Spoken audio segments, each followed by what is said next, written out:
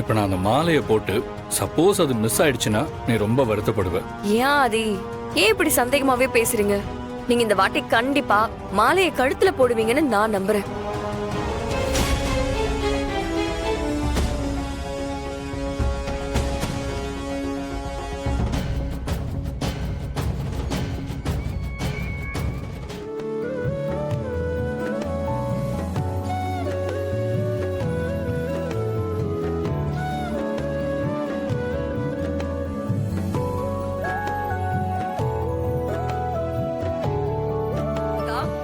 எதுக்கு ஆதி மாலையை வீசுறப்ப குறுக்க வந்த?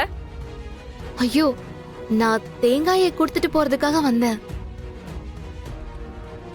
மாலைய ஆதி சார் வீசுவார்னு எனக்கு எப்படிங்க தெரியும்?